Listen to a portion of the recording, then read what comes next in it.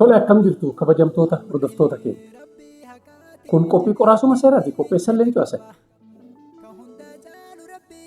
Libreen yookaan ammoo kaartaan maqaa keetiin galmaa'ee jiraachuun qofti abbummaa dhumaa sii kennaa laata? Nafaana bu'aa.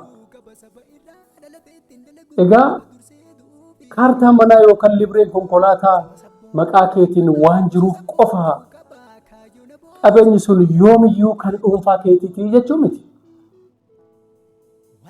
Akka seera hariiroo hawaasaa Itoophiyaatti keessattuu keewwattoota seera hariiroo hawaasaa 1195 fi 96 irratti tumametti maqaa nam tokkootiin galmaa'anii jiraachuun qabeenyota kanneenii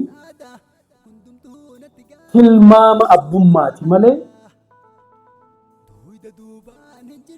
abbummaa isa dhumaa kan namaaf akka kennisiisne ta'uusaa beekutu sinirra jira. Fakkeenyaaf abbaan manaa fi haati manaa osoo waliin jiranuu manni tokko karama seera qabeessan maqaa wal fuutota keessaa isa tokkootiin jira. Tasa yeroo diiggaa gaa'ilaa qoodinsi qabeenyaa yoo dhufu maqaa kiyyaan galmaa'ee waan jiruuf hin qooduu jechuu danda'a laata? Hin danda'u jechuudha. Akka seerri kaa'utti. Inumaayyuu qabeenyi sun gaa'ila keessatti horatame moo hin horatamne?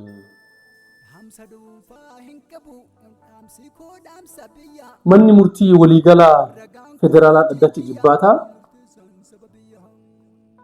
lakkoofsa galmee 43 34 3 fi 23 54 8 ta'e irratti maqaa nam tokkootiin galmaa'ee jiraatullee ragaa faallaa dhugaa fi amansiisaa ta'e qaamni dhiyeesse tilmaama abbummaa fashaleessuu akka danda'u ifatti kaa'ee jechuudha. Kanaaf egaa kun viidiyoo ganama hojjedhe namoonni baay'een qeeqa yaada dhiyeessitan keewwata dhoksaa yookaan iccitiiwwan keewwattoota lamaan kanarra jiran keewwata 11 95 fi 96 irra jiran kana akka hubattaniif namoonni baay'een keessan akka qoosatti barreessaa turtan. Akka irraa fayyadamtaniif jechuudha.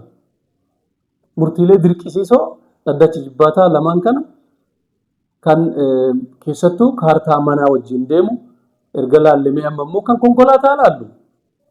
Kan konkolaataa illee egaa haaluma sanii libreen maqaa nam biraatiin jiraatullee namni bittaa fi gurgurtaa seera qabeessan raawwate konkolaataa harkaan gaatee poses godhu suni injifachuu danda'a jechuudha.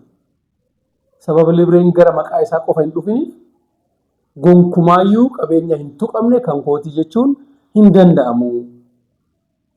Egaa dhaddachi jibbaataa lakkoofsa galmee 42 duwwaa 9 5 ta'e irratti murtii dirqisiisaa akkasii kenne akkasumallee lakkoofsa galmee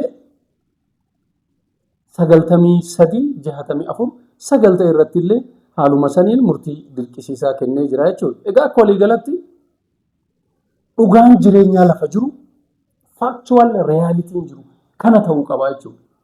Manas haa ta'u konkolaataan nama tokko qofaan galmaa'ee waan jiruuf gonkumaayyuu abbummaa hin tuqamne waan gibira itti gabbaraa jira. Baasii mootummaan irraa barbaadu kamiyyuu itti godhaa jira. Lafti baadiyyallee sanumaa jechuudha. Tilmaama jalqabaati.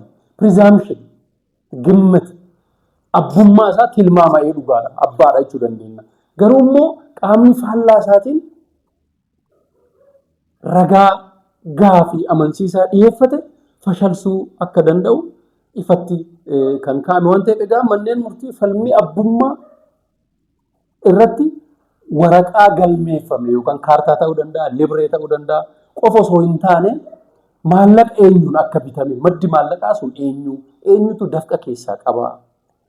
Waliigaltee fi dhugaa jireenyaa irratti hundaa'uudhaan murtii kan kennuun irra jiraatu waan ta'eef egaa seera beeki mirga keessa kabachiifadhu. Seera beekuun qaroomina fuula sooshaal miidiyaa kana tiiktookii, yuutuubii isaa ta'u, feesbuukii yoo isinitti ka tolu ta'e fooloo gochuun viidiyoo kana immoo laayik, sheer gochuun maatii keessan, hiriyoota keessan biraan geettanii irraa fayyadamuu hin dagatinaa. Kun qophii qoraasuma seeraati. Qopheessan Leencoo Hasanii hubannoo gaarii akka irraa qabaattan abdiin qaba. Namoonni ammallee gaafii irratti qabdan yaada keessan komentii jala kaahaa. Turtii gaarii.